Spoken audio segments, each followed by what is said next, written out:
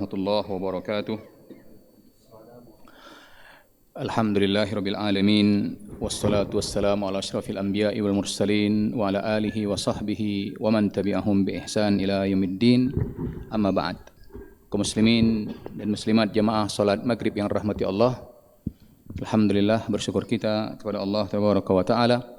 Allah masih memberikan kepada kita berbagai macam nikmat-Nya, yang dengan nikmat tersebut kita masih dapat melakukan berbagai macam aktivitas kita, yang tentunya nikmat-nikmat tersebut menuntut kita untuk mensyukurinya dengan terus menambah ketaatan kita kepada Allah dan bertaubat serta menjauhi maksiat kepada Allah tabaraka wa taala. Dan di sisi lain ada saudara kita yang sedang diuji oleh Allah dengan sakit. Kita berdoa kepada Allah, semoga Allah memberikan kepada mereka kesabaran dan memberikan kesembuhan segera, dan dijadikan sakit yang menimpa mereka sebagai salah satu penyebab yang diangkat derajat mereka yang lebih tinggi di hadapan Allah tabaraka wa taala. Kaum muslimin dan muslimat jamaah salat maghrib yang dirahmati Allah, Allah tabaraka wa taala di dalam surat Al-Isra, sebagaimana firman Allah dalam surat Al-Isra ayat yang pertama, Allah berfirman, Subhanalladzi asra bi'abdihi laylan minal masjidil harami ilal masjidil aqsa alladzi barakna haulahu linuriyahu min ayatina innahu huwas sami'ul basir. Yang artinya adalah Maha Suci Allah yang telah memperjalankan hambanya dalam satu malam minal masjidil haram, ya dari masjidil haram ke Masjidil Aqsa, yang Allah berkahi daerah-daerah yang berada di sekeliling Masjidil Aqsa tersebut. Apa fungsinya kata Allah? Linuriyahu min ayatina, agar kami menunjukkan kepada Muhammad sallallahu alaihi wasallam tanda-tanda kebesaran Allah. Innahu huwas sami'ul basir, dan sesungguhnya Allah itu Maha mendengar dan Maha melihat, yakni Maha mengetahui seluruh kondisi dan seluruh keadaan.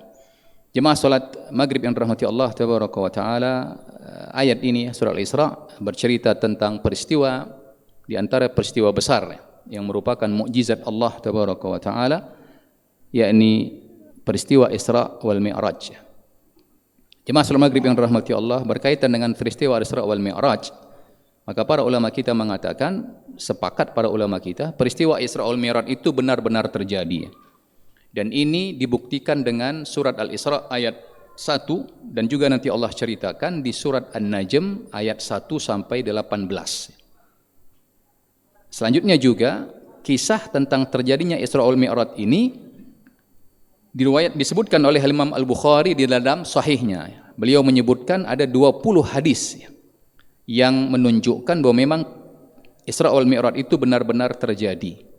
Dan juga Al-Imam Muslim menyebutkan ada 18 hadis yang menunjukkan bahwa memang Isra wal Mi'raj itu benar-benar terjadi. Sehingga peristiwa Isra wal Mi'raj adalah peristiwa yang benar-benar terjadi, yang ditunjukkan oleh Al-Quran, oleh hadis-hadis Nabi sallallahu alaihi wasallam. Bahkan Al-Imam Ibnu Hajar dan Al-Imam An-Nawawi mengatakan peristiwa Isra wal Mi'raj itu terjadi dengan Rasulullah dalam kondisi sadar, bukan dalam kondisi mimpi. Dan Isra wal Mi'raj itu, kata Al-Imam Ibnu Hajar dan Al-Imam An-Nawawi, terjadi dengan fisik dan ruhnya Rasul sallallahu alaihi wasallam. Karena ada sebagian mengatakan itu hanya mimpi, itu hanya ruhnya saja yang pergi. Ya, ini adalah pernyataan yang tidak kuat ya.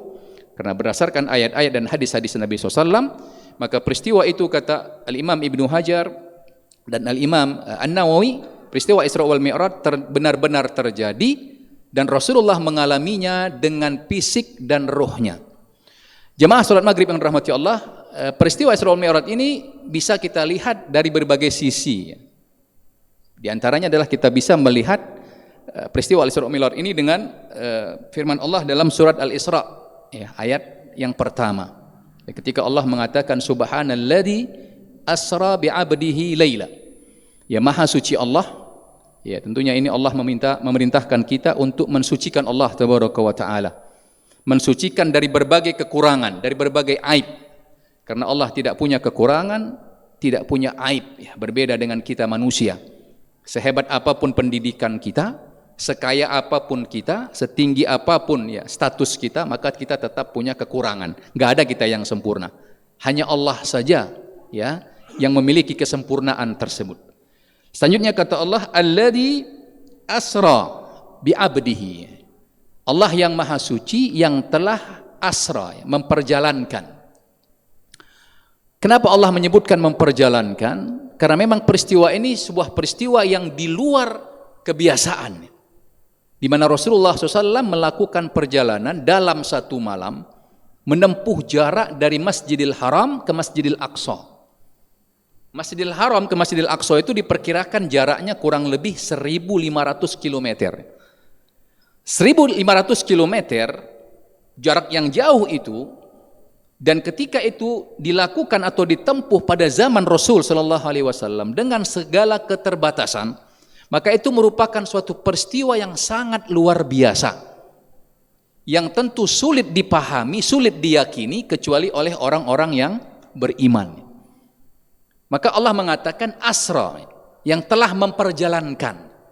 Maka orang beriman langsung yakin, wah bagaimana mungkin? Tapi di situ bukan dikatakan Rasulullah yang berjalan, tapi Rasulullah diperjalankan. Artinya di situ menggunakan kekuatan Allah. Kalau sudah berbicara kekuatan Allah, tidak ada yang tidak mungkin.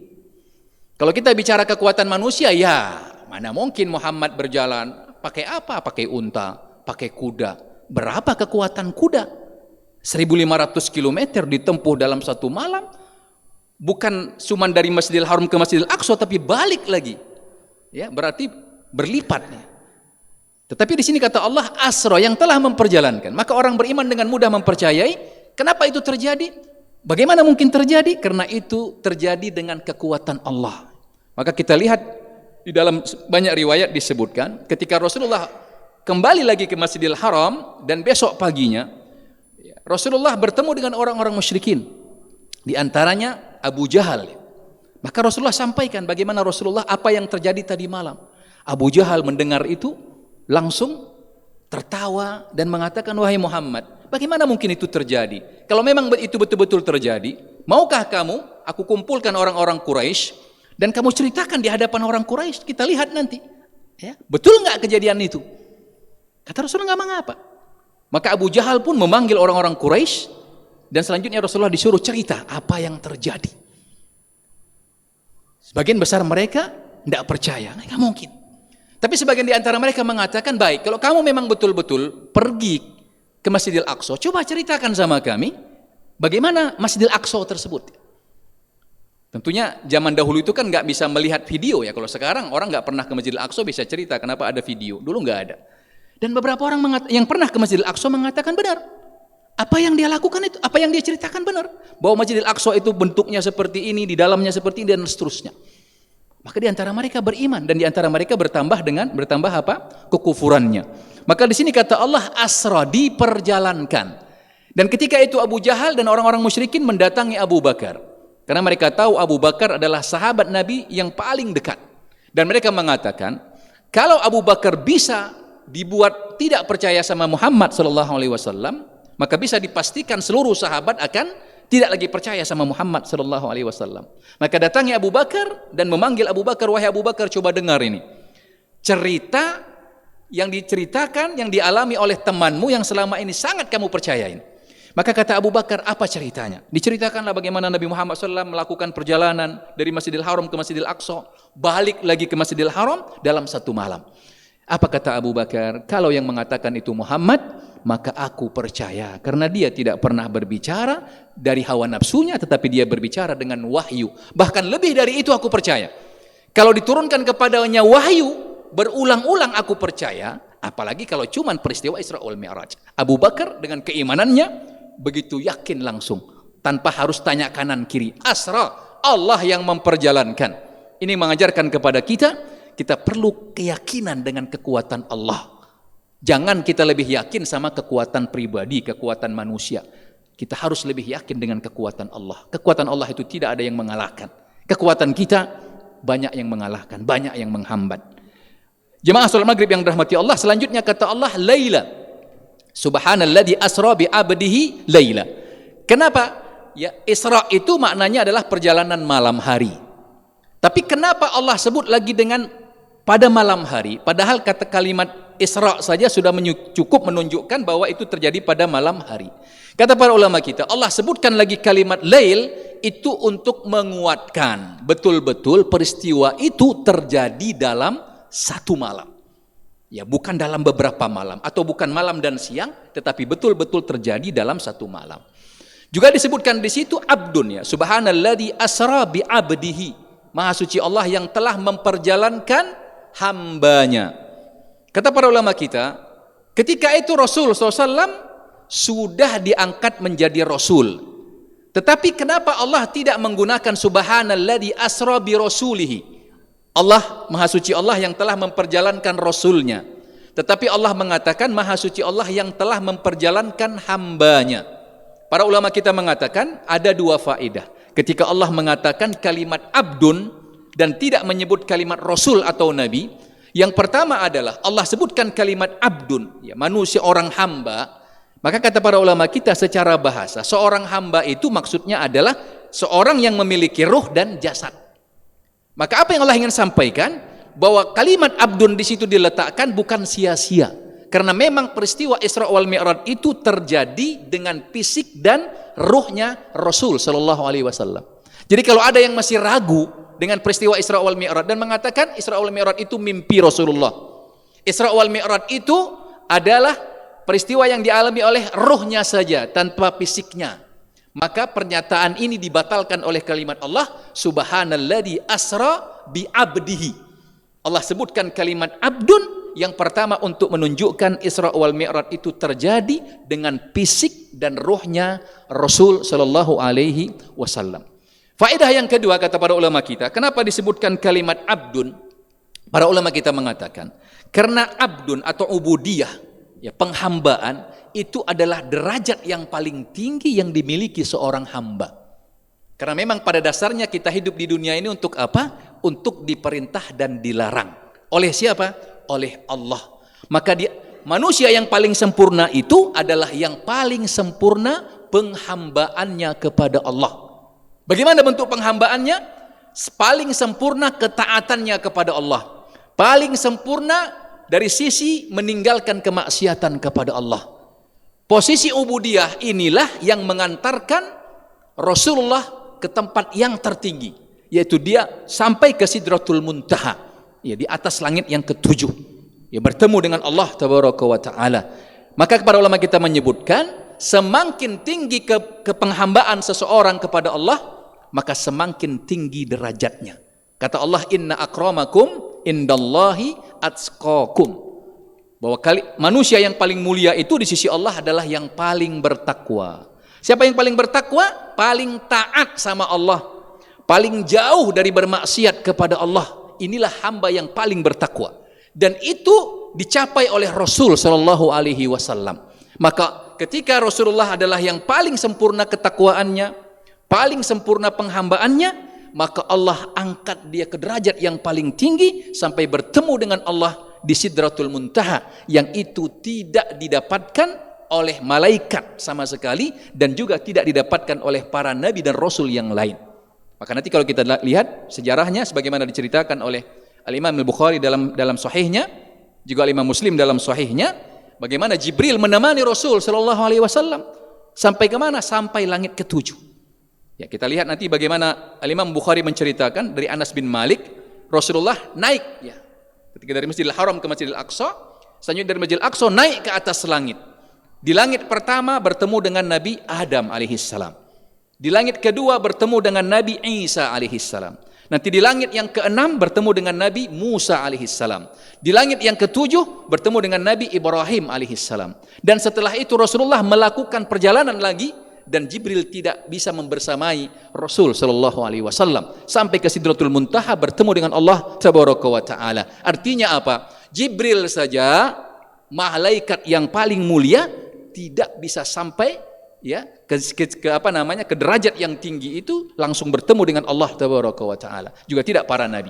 Ini pelajaran yang bisa diambil kata para ulama kita, bahwa semakin tinggi penghambaan kita, semakin tinggi ketaatan kita kepada Allah, maka semakin tinggi derajat kita di hadapan Allah tabaraka wa taala.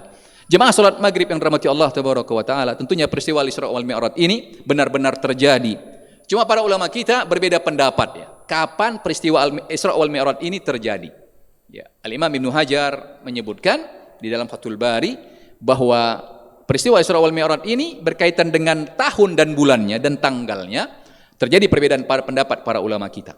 Tetapi para ulama kita sepakat Isra wal Mi'raj itu benar-benar terjadi.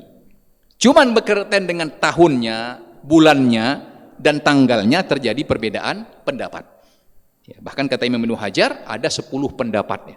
Ada yang mengatakan Isra wal Mi'raj terjadi pada bulan Rajab. Ada yang mengatakan terjadi pada bulan Sya'ban, ada yang mengatakan terjadi pada bulan Syawal, ada yang mengatakan terjadi pada bulan Rabiul Awal, ada yang mengatakan terjadi pada bulan Rabiul Tsani. Sehingga memang kebanyakan sekarang yang disebut 27 Rajab itu adalah salah satu pendapat, bukan kesepakatan para ulama kita. Tapi ingat sekali lagi, para ulama kita hanya berbeda waktunya, tapi sepakat semuanya bahwa memang Isra wal Mi'raj itu benar-benar terjadi. Jemaah salat maghrib yang dirahmati Allah tabaraka wa taala, tentunya kalau kita melihat ya bagaimana peristiwa itu terjadi. Sebelum peristiwa itu terjadi, apa kata Allah? Linuriyahu min ayatina. Kami ingin tunjukkan kepada Muhammad itu ayat-ayat atau tanda-tanda kebesaran kami. Jemaah salat maghrib yang dirahmati Allah, apa yang dilihat Rasulullah SAW ketika peristiwa Isra wal Mi'raj? Yang pertama adalah sebelum Rasulullah diberangkatkan ya, dari Masjidil Haram ke Masjidil Aqsa, sebagaimana diriwayatkan oleh Imam Muslim, malaikat Jibril datang dan selanjutnya membelah dada Rasul sallallahu alaihi wasallam. Ya, Allah tabaraka wa taala mengatakan dalam surat Asy-Syarah, "Alam nashrah laka sadrak." Wahai Muhammad, bukankah kami telah melapangkan dadamu? Kata para ulama kita, melapangkan di sini ada 2 bentuknya. Melapangkan secara makna, artinya Allah jadikan dada Rasulullah itu, jiwa Rasulullah itu tenang. Jiwa Rasulullah itu mudah menerima Islam. Yang kedua maknanya adalah dilapangkan secara fisik, karena memang dada Rasulullah itu pernah dibelah. Bahkan kalau kita lihat dalam hadis Muslim, dada Rasulullah itu pernah dibelah 2 kali. Yang pertama adalah ketika Rasulullah masih kecil, ketika beliau masih tinggal bersama Halimah As-Sa'diyah di ibu susunya, ketika beliau berusia sekitar 4 atau 5 tahun. Datang malaikat dan membelah dada Rasul SAW, mengeluarkan kotoran-kotoran yang ada di dadanya dan diisi dengan berbagai hikmah. Itu yang pertama. Dan dibelah lagi dadanya kapan? Ketika sebelum Isra wal Mi'raj. Malaikat Jibril datang dan membelah dadanya. Maka nanti kata Anas bin Malik, aku pernah melihat bekas jahitan di dadanya Rasul ya sallallahu alaihi wasallam. Sebagian orang agak sulit mempercayai ini. Wah, ternyata dulu sudah ada operasi ya. Operasi yang dilakukan oleh malaikat. Ya, operasi yang dilakukan oleh malaikat. Maka kata Anas bin Malik, aku pernah melihat bekas jahitan di dada Rasul sallallahu alaihi wasallam. Ya, jadi ini diantara peristiwa yang besar yang dilihat oleh Rasulullah SAW. Rasulullah dibedah dadanya, dikeluarkan apa-apa yang ada kotoran dalam dadanya, dan selanjutnya diisi dengan hikmah. Dan setelah itu kata Rasulullah, utitu bi burakin. Aku didatangkan kepadaku ya, binatang burak. Burak itu adalah binatang yang seperti kuda, warna putih. Kata Rasulullah, dia lebih besar ya dari himar dunal bighal ya. Ya, kira-kira seukuran lebih besar dari keledai sedikit ya. Dan selanjutnya binatang ini membawanya ya bersama Jibril kemana? Ke Masjidil Aqsa ya, di Palestina, yang jaraknya adalah kurang lebih 1.500 ya, kilometer ya, kurang lebih. Jarak yang begitu luar biasa. Dan sampai di Masjidil Aqsa, Rasulullah dalam riwayat juga disebutkan ditawarkan oleh Jibril. Ya, ditawarkan oleh Jibril minuman khamar dengan susu. Maka Rasulullah memilih susu. Kata Jibril, engkau telah memilih sesuatu yang sesuai dengan fitrah. Karena fitrahnya manusia itu adalah menyukai kebaikan, tidak menyukai kerusakan. Ya, kalau ada orang sekarang lebih suka minum khamar, lebih suka narkoba daripada susu, daripada madu, itu artinya jiwanya sudah rusak. Ya, pastikan jiwanya sudah rusak. Begitu juga kalau ada orang lebih suka nongkrong di kedai kopi daripada sholat, nah, itu pastikan tuh jiwanya sedang rusak atau sedang sakit. Karena orang yang sehat itu jiwanya sesuai dengan fitrah. Dan fitrah manusia ini suka kepada kebaikan, tidak suka dengan keburukan. Nah, kalau ada orang sukanya ganggu orang, sukanya menyakiti orang, apalagi sukanya sampai membunuh orang, ini jiwanya sedang sakit. Atau memang dia sudah sakit jiwanya itu. Karena fitrahnya manusia ini suka kebaikan. Ya, suka kebaikan, suka menolong, ya, suka membantu orang, suka ngomong dengan cara yang baik dan seterusnya. Jemaah salat maghrib yang dirahmati Allah ya tabaraka wa taala, dan setelah Rasulullah ya bertemu dengan Allah, ya, dan juga ini sebenarnya peristiwa Isra wal Mi'raj ini kata para ulama kita merupakan ya di antara dalil yang kuat ya bahwa memang Allah itu berada di atas langit ya. Kenapa? Karena Rasulullah naik ke langit pertama, langit kedua, langit ketiga sampai ke-7, selanjutnya naik lagi ke Sidratul Muntaha. Ngapain? Menerima perintah dari Allah untuk apa? Menjalankan sholat 5 waktu. Dalam riwayat disebutkan, dalam Bukhari disebutkan, pertama sekali sholat itu diperintahkan jumlahnya berapa? 50 waktu. Maka Rasulullah turun dan di langit ke-6 bertemu dengan Nabi Musa alaihissalam. Nabi Musa tanya, wahai Muhammad, apa yang diperintahkan oleh Rabbmu ya untuk umatmu? Kata Nabi Muhammad, ya, diceritakan bahwa diperintahkan sholat 50 kali sehari semalam.